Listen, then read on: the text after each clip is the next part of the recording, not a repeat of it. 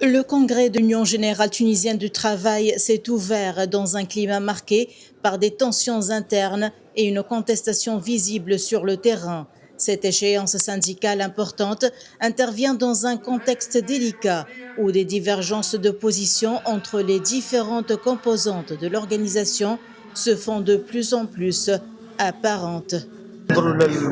Aujourd'hui, l'Union tente de réorienter son cap sans pour autant susciter de réelles inquiétudes quant à son avenir. Il ne s'agit que d'un passage délicat car elle dispose des ressources nécessaires pour surmonter cette épreuve.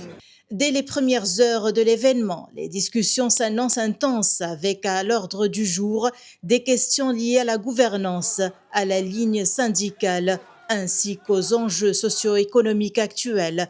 Plusieurs intervenants ont insisté sur la nécessité de préserver l'unité de l'organisation tout en reconnaissant l'existence de désaccords qu'il convient de traiter dans un cadre démocratique.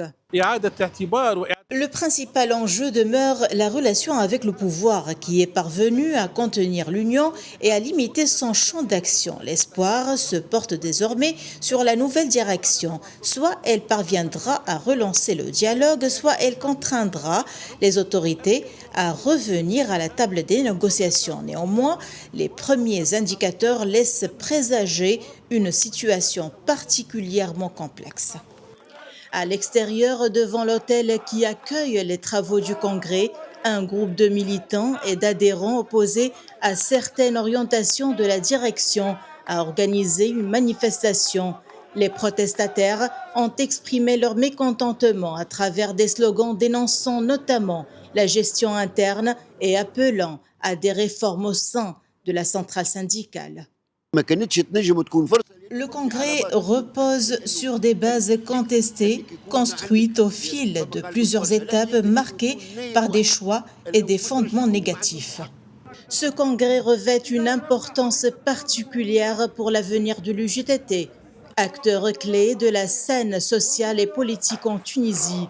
Entre débats internes et pression extérieure, les travaux se poursuivent sous haute tension, dans l'attente de décisions susceptibles d'influencer l'équilibre du paysage syndical national.